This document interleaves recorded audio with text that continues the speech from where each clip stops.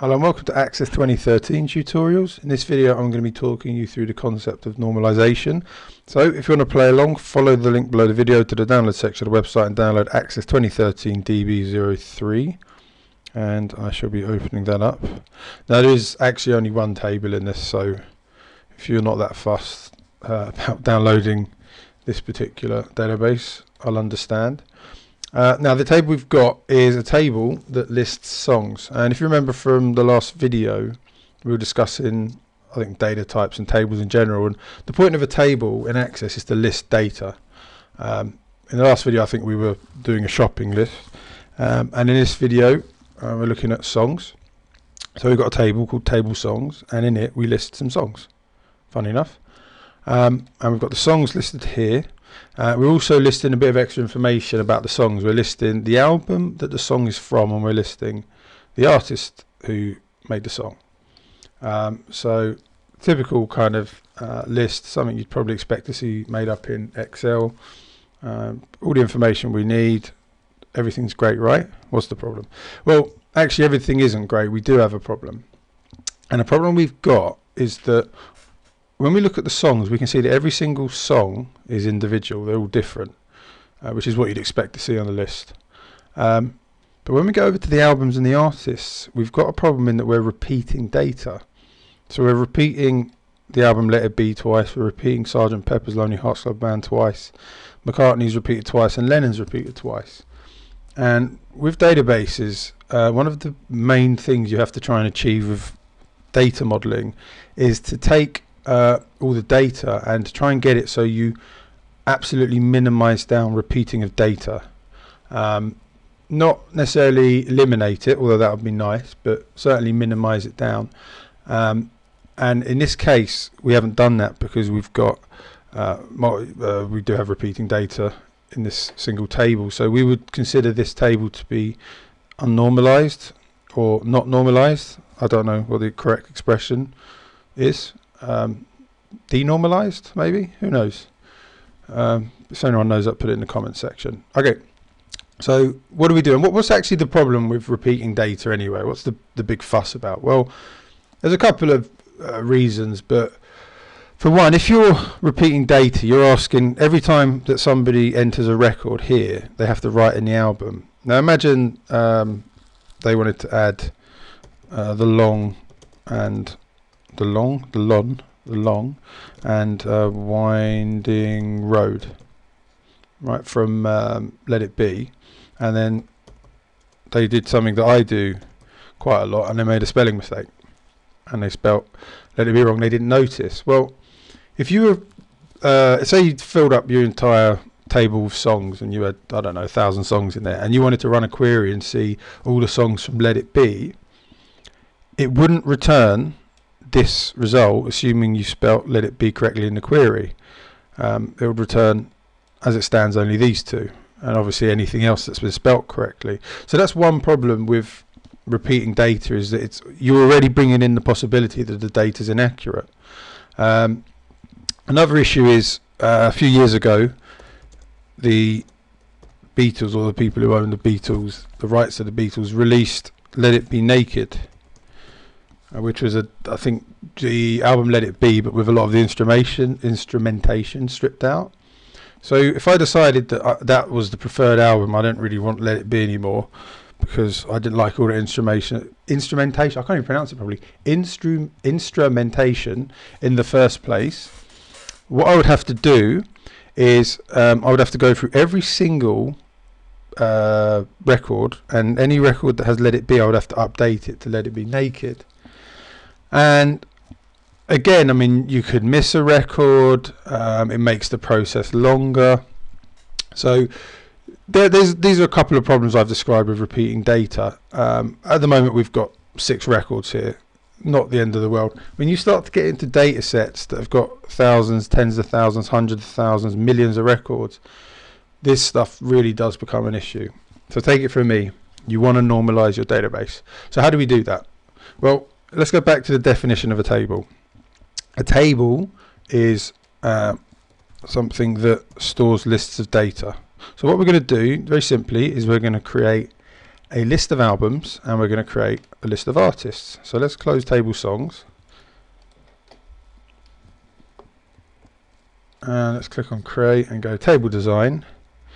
And we will say album ID auto number. So we're just going to create the album table now.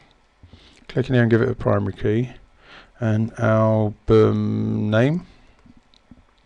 And short text. And save that. Call it table albums. And go to datasheet view. And let's add a couple of albums. Well, we had Sergeant. I'm just going to call that. I'm going to give it the short name because I can't be bothered. Sergeant Pepper's, and we also had Let It Be. Okay, so we've actually now made a list of our albums, so that's great. So let's save that, close that. Now let's create another table and call it artists. Artist ID. And call that one auto number. And artist name.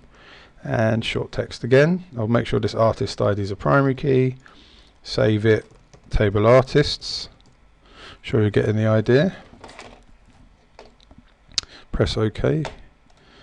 And drop it into datasheet view. And just wait 1 second while I sort my mouse out. Okay. Right. And let's drop some artists in there. So Lennon, McCartney.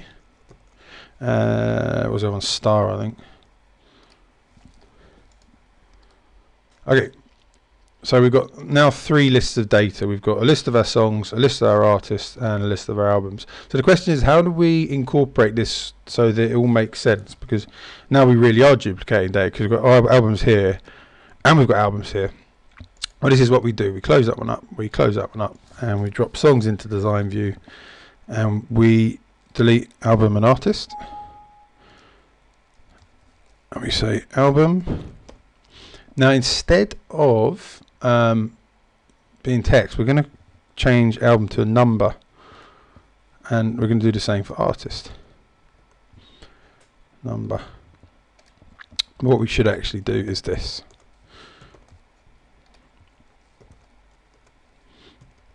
Because the value we're going to store in table songs here is the album ID, which is this number here.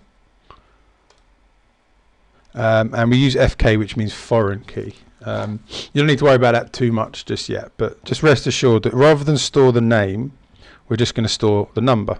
So for example, Sergeant Pepper's Lonely Hearts Club Band is number 1. So we'll put number 1 there. With a little help of my friend, number 1, and then across the universe was Let It Be, which is 2, 2, and 2.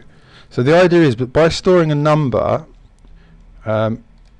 this will always be the number for Sergeant Pepper's, and this number matches up here. So if I were to change one, for example, Let It Be, if I was to change this to Let It Be Naked, and I'll do this again a bit later to show you what I mean, this is actually nothing in table songs has changed. It still just relates it to number 2. So it's kind of like a code lookup, saying that you have to look up album number 2 in the album section to work out the album for Across the Universe. So you go to album, look up number 2, and you get Let It Be Naked, and that's the idea. And so you're basically getting the best of both worlds, which is you're able to relate the data in the table, but you're also able to have separate entities, separate lists of data. So that's albums, and let's also look at artists. So we've got Lennon McCartney Star. So Sergeant Pepper's Lonely Hearts Club Band, Lennon McCartney, I think that was McCartney. Help from My Friends was Star. McCartney? Not even sure. Across the Universe, I don't remember. Oh, should we go for Lennon? Oh, Let It Be was McCartney, and that was, so that must be Lennon. That must have been Lennon as well. Across the Universe. Oh, I'm running with that. If it's wrong, sorry. You can stick that one in the comments section. Okay, so this is how computers store data. We've broken down table songs. We're storing the ID keys from the other table so that we have consistent data. And this is the kind of setup you should use. The one other thing you would need to do is go to Database Tools, go to Relationships, and now right-click Show Table, drop the 3 tables, and now we're actually going to relate these tables by putting table songs in the middle, clicking on table album from table albums and dragging it over to album ID FK, force referential integrity, create, and artist for artist. So what this means, what we've done now, is we've now said in table songs, if you create a record, and I'm just going to create a record called ABCD, and you want to add an album, there's no album number 3. So if I try and add album number 3 here, and let's also have a look at table artists, there's no number 4, and for example I try and add number 4 artist, you cannot add or change a record because a related record is required. So what we've done is we've actually restricted to the only values that can be entered in the album column are values that already exist here, which makes perfect sense. And the only values that can be entered in the artist column are values that already exist here. The number 4 doesn't exist, so what good would it be in this table anyway? And that's the idea of around enforcing referential integrity, which is what I'm trying to say. So that's normalization. I'm going to do one more thing which isn't related to normalization, but just for the sake of the next couple of videos, rather than us while discussing this data having to look at the number 1, I would like to actually change this so that I can see the actual album. So I'm going to use a lookup field. I'm going to give you a disclaimer, I wouldn't normally use lookup fields unless I was making a web database, but just because of the next couple of videos it would be much more useful for us to see Sgt. Pepper's than number 1. So we're going to drop this into design view, go to album ID, go to lookup, display is combo box, row source type table query, and row source, didn't mean to click on that, I want the arrow, and we're going to choose table albums. Update, yeah. Okay, column count 2 and column widths 0 and 4. Okay, now if we go to datasheet view, now we actually see Sgt. Pepper's, and we're going to do the same thing with artists. Just click in here, we're going to change it to a combo box and choose artists, column count 2, 0 and 4. Yeah, update that even though there's nothing to be updated. Cool. Drop that into datasheet view. So now we've essentially actually recreated what we had originally, which was the original table we've had, but we've actually done so much more now. We've divided the entities down. We've now got a list of songs, a list of albums, and a list of artists. And just to prove my original point, if you open up table artists, or not artists, sorry, table albums, and look at Let It Be Naked, right? Let It Be Naked. If I change this back to just Let It Be, I'm changing one record in table albums, and when I go to table songs, it's changed every record here. And that's because although we can see the name Let It Be, there's a hidden column which is the ID, which is why this album ID, which relates to number 2. So we're using like sort of the concept of a lookup in another table. Yeah, that's how normalization works, breaking a table down into lists of data, relating them, and then you can use things like queries, or in this case lookup fields, to sort of reconstitute the data into information, and you've achieved all your objectives. Okay, so thanks for watching this video, and I hope to see you in the next video.